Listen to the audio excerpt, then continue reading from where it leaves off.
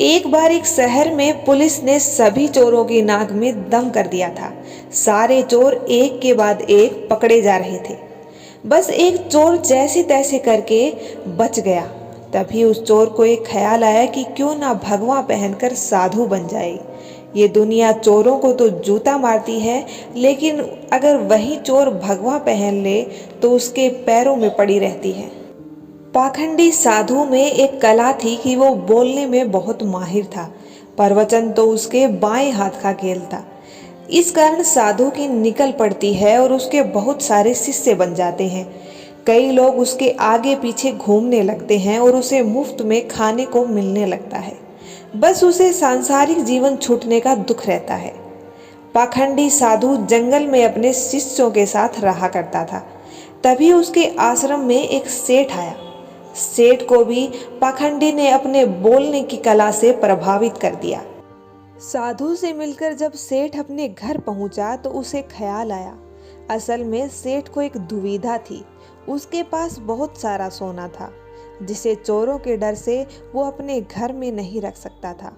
उसने सोचा कि क्यों ना ये सोना साधु के आश्रम में रख दिया जाए, क्योंकि साधु को कभी कोई मोह माया नहीं रहती है। वो साधु को भगवान का रूप होते हैं। किसी को ऐसे देवता पर भी शक नहीं होगा और उनके आश्रम में सोना गड़ा हुआ रहेगा। ऐसा सोचकर सेठ दूसरे दिन सोना लेकर पाखंडी साधु के आश्रम जाता है और उसे पूरी बात बताता है। फिर क्या था, पाखंडी साधु का दिल गदगद हो गया और उसकी आंखें सोने की पोटली से हट ही नहीं रही थी। उस सेठ ने वो सोने की पोटली आश्रम के एक पेड़ के नीचे दबा दी और वहां से चला गया। अब साधु को नींद कहाँ आनी थी। वो रात भर उस पोटली के बारे में सोचता रहा। उसने सोचा अगर ये सोना मिल जाए तो जीवन तर हो जाएगा, सांसारिक सुख भी मिलेगा और इन भगवा कपड़ों ने जो मुझसे छीन लिया है। इस तरह साधु ने कई सपने देख डाले। दूसरी तरफ सेठ सोने को आश्रम में रखकर संतुष्ट होकर सो रहा था। कुछ समय बीतने के बाद साधु ने एक योजना बनाई। उसने सोचा कि वो इस सोने को लेकर चला जाएगा और सेठ को शक ना हो, इसलिए वो उसके घर जाकर जाने की बात कहेगा, ताकि सेठ को ये ना लगे कि साधु सोना लेकर भागा है। अगले दिन साधु सेठ के घर जाता है। सेठ के पास एक व्यापारी पहले से ही बैठा रहता है। साधु को आता देख सेठ खुशी से झूम जाता है और कई पकवान बनाकर खिलाता है। पाखंडी साधु सेठ को अपने जाने की बात कहता है।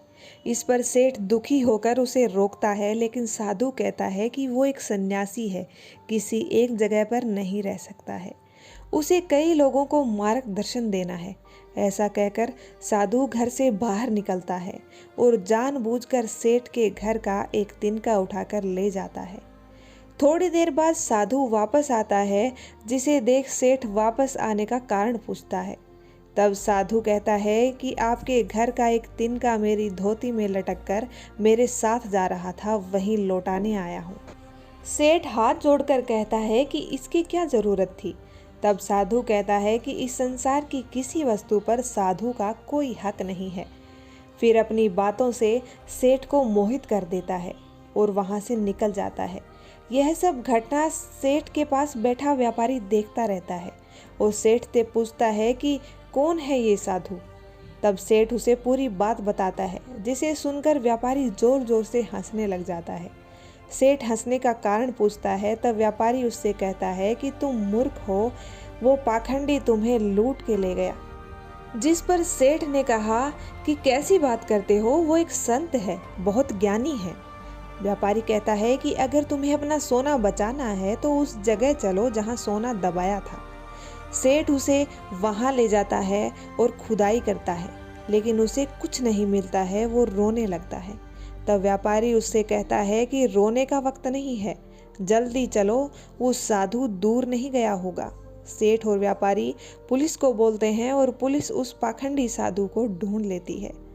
तब सभी को पता चलता है कि वास्तव में यह कोई सिद्ध बाबा नहीं, एक चोर था जिसने अपनी बोलने की कला का इस्तेमाल कर कई लोगों को लूटा था। पुलिस से बचने के लिए भगवा पहन लिया था। सोना मिलने के बाद सेठ की जान में जान आती है। सेठ व्यापारी से पूछता है कि उसे कैसे पता चला कि यह साधु नहीं पाखंडी है। व्यापारी ने कहा, वो साधु बार बार अपनी तारीफ कर रहा था। संत कितने महान होते हैं, बार बार यही दोहरा रहा था। जबकि जो सच्चे मायने में संत होता है उसे इस बात को दोहराने की जरूरत नहीं पड़ती है। तो दोस्तों, आज के समय में जो भगवा पहनकर प्रवचन देते हैं वो सभी संत नहीं होते हैं। कुछ पाखंडी लोग भी इसका सहारा लेकर लोगों को लूटते हैं।